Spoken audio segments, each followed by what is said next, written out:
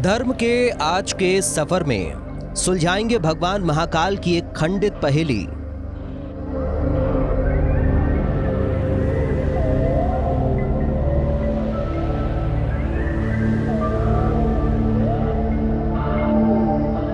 भगवान शिव के इस धाम के बारे में मान्यता है कि ये शिव धाम महाकाल ज्योतिर्लिंग की तरह ही पूजनीय है। लेकिन जब गर्भगृह में शिवलिंग के दर्शन होते हैं तो आंखें भक्ति की आस्था को नकारने लगती हैं।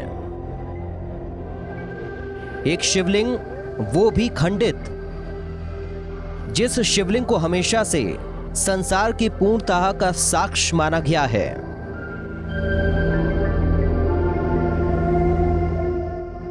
वो खंडित 5 हिस्सों में टूटा हुआ है। इसके बावजूद हर शिव भक्त पूरी आस्था विश्वास के साथ आराधना करता है। धर्मशास्त्र कहते हैं कि किसी भी देवालय में या फिर घर के मंदिर में खंडित मूर्तियों को रखना अशुभ होता है। खंडित विग्रह विसर्जन के योग्य माने गए हैं, ना कि फिर पूजा या आराधना के। मान्यता है कि खंडित विग्रह के पूजन से फल भी अपूर्ण ही मिलते हैं। फिर महाकाल के उस शिवलिंग में सदियों से शिव भक्तों की आस्था क्यों है? इस मंदिर में ना तो कभी भूकंप आया, ना ही ये कभी तूफान का शिकार बना। इस मंदिर पर बिजली गिरने के भी कोई सबूत आज तक नहीं मिले। तो फिर शिव भक्तों द्वारा पूज्य महादेव का वो शिवलिंग आखिर खंडित कैसे हुआ?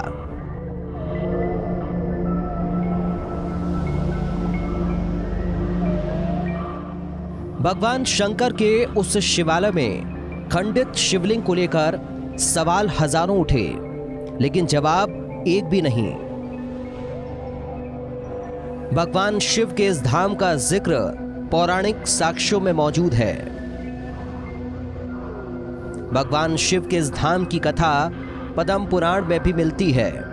तो क्या इस शिवलिंग के खंडित होने का कोई राज पौराणिक इतिहास में दफन है? कहानी यह भी है कि महादेव का यह शिवलिंग स्वयंभू है।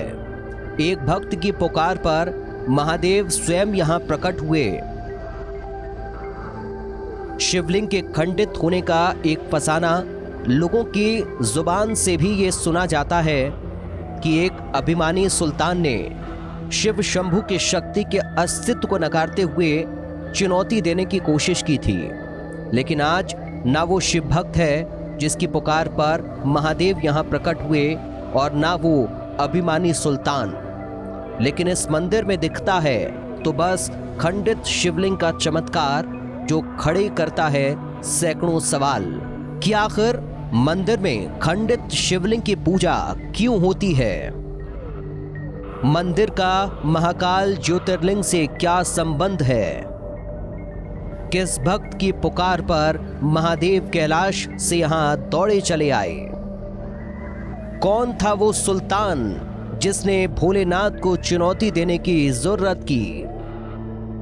और सबसे बड़ा सवाल ये कि आखिर महादेव का ये शिवधाम है कहां पर?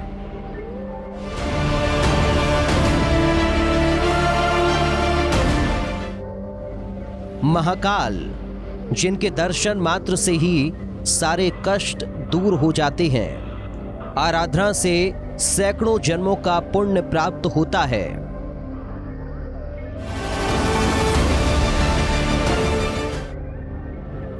लेकिन दावा है कि उज्जैन के पास ही भगवान भोलेनाथ महाकाल के दूसरे अवतार के रूप में स्वयंभू अवतरित हुए हैं। तो वो अलौकिक मंदिर कहां है जहां शिवलिंग का महाकाल ज्योतिर्लिंग जैसा ही चमत्कारिक रूप दिखाई देता है? क्या वाकई ये सच है या फिर सिर्फ कही सुनी बातें? इसी पड़ताल में हमने अपना सफर शुरू किया दिल्ली से। हमारे पास जो जानकारी है उसके मुताबिक ये मंदिर मध्य प्रदेश के सतना जिले के बिरसिंहपुर कस्बे में है, जिसका नाम है गैवीनाथ धाम। दिल्ली से यहाँ की दूरी लगभग 742 किलोमीटर है। भगवान भोलेनाथ का ध्यान कर हमारा कारवां निकल पड़ा। दिल्ली से मध्य प्रदेश के सतना पहुंचे, जहां से बिरसिंहपुर की दूरी 35 किलोमीटर है। बिंद की पहाड़ियों से होते हुए सफर तो तय हो ही रहा था कि हमें एक प्रवेश द्वार दिखा। द्वार पर भगवान शंकर के त्रिशूल की रचना साफ दिखा रही है कि हम महादेव के उस चमत्कारी धाम तक पहुंच चुके हैं।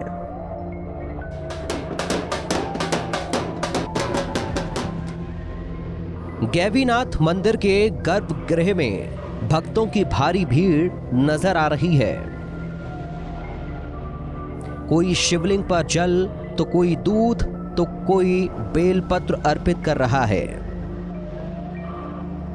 किसी के हाथ में धूप बत्ती है, तो किसी के हाथ में मन्नत का दीपक। लेकिन जब हमारी नजरें शिवलिंग पर पड़ी, तो हम भी आस्था का वो चमत्कार देखते रह गए।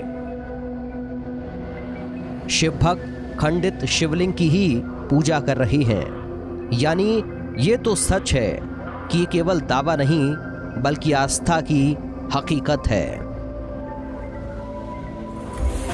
ये उज्जैन का दूसरा उपलिंग बोला जाता है। ये गैवीनाथ के नाम से बोले जाते हैं। इसमें 5 टाँका लगे हुए हैं। एक में से गंगा जल, दूसरे में से मावा, तीसरे में खून, चौथे में सांप बिच्छू, 5वें से भमर निकला। अच्छा। तब वो औरंगजेब ने भगा। अच्छा।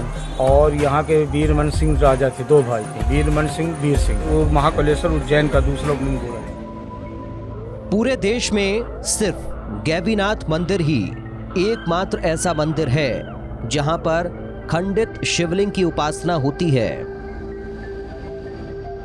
आप देख सकते हैं कि पूरी आस्था के साथ तमाम श्रद्धालु यहां पर न सिर्फ दर्शन पूजन करते हैं, बल्कि मन्नत भी मांगते हैं।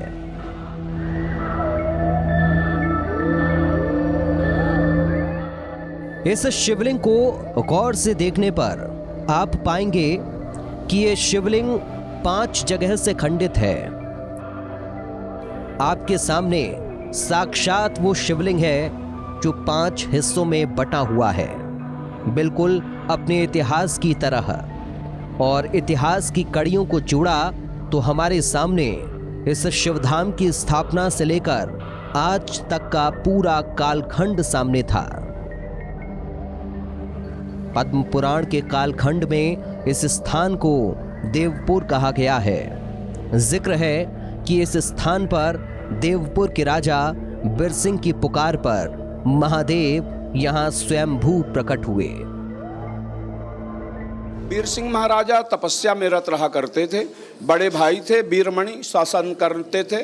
और वीर सिंह महाराज जो है भगवान महादेव उज्जैन जाते थे, महाकालेश्वर। और जब भगवान महादेव प्रसन्न हुए तो उनको देव अश्व प्राप्त किया, उनको साक्षात दर्शन दिए। और वीर सिंह महाराज कहें कि मैं कैसे रोज आ पाऊंगा, तो देव अश्व दिया, घोड़ा दिया भगवान महाकालेश्वर ने। तो प्रतिदिन वो जो है यहाँ से देवपुर से उज्जैन जाते, भगवान गैवीनाथ महादेव का पूजन करते। इसके बाद आते, जब वृद्धावस्था को प्राप्त हुए तो उज्जैन में जाकर के भगवान से विनती किया, महाराज मैं तो आपका जो है सेवक हूँ और बिना आपके मेरा जीवन नहीं है। आप प्रतिदिन आपका जो है चरणों की सेवा करूंगा तभी मेरा जीवन है, नहीं तो मेरा जीवन समाप्त करिए। उसी समय भगवान महाकालेश्वर प्रकट हुए और कहे कि आपकी नगरी में मैं जो है प्रकट हूँ। मंदिर में शिवलिंग के प्रकट होने की कथा तो पता चल चुकी, लेकिन पड़ताल अब उस पहेली की करनी है कि आखिर ये शिवलिंग 5 हिस्सों में कैसे खंडित हुआ। तो हमने रुख एक बार फिर मंदिर के पुजारी की तरफ किया और फिर हमारे सामने जो जिक्र आया उसमें है एक सुल्तान के घमंड की धार। औरंगजेब पूरे देश में जितने भी देवालय थे सब जगह उत्पात मचाया, सभी जगह शिवलिंगों को तोड़वाया। बाद में बीरसिंहपुर में जब पता चला कि महाकालेश्वर के उपलिंग हैं, महाकालेश्वर ही विराजे हैं, तो यहाँ भी आया सेना के साथ। तो यहाँ टांकी लगवाया। पहली टांकी में जो है दूध की धारा निकली, दूसरे में जो है रक्त निकला और तीसरे में भमर निकली। भ्रामरी देवी प्रकट हुई और जितने भी वो तोड़ने वाले थे उनके सबके ऊपर आक्रमण कर दिया। यहाँ तक औरंगजेब के ऊपर आक्रमण किया। यहाँ से वो कुछ दूर जाकर के अस्वस्थ हो गए। भले ही शिवलिंग खंडित हो, लेकिन इस शिवालय में अपनी मनोकामना को लेकर आने वाले हर शिव भक्त की आस्था का विश्वास यही मानता है कि इस शिवलिंग में शक्तियां महाकाल की ही समाई हुई हैं।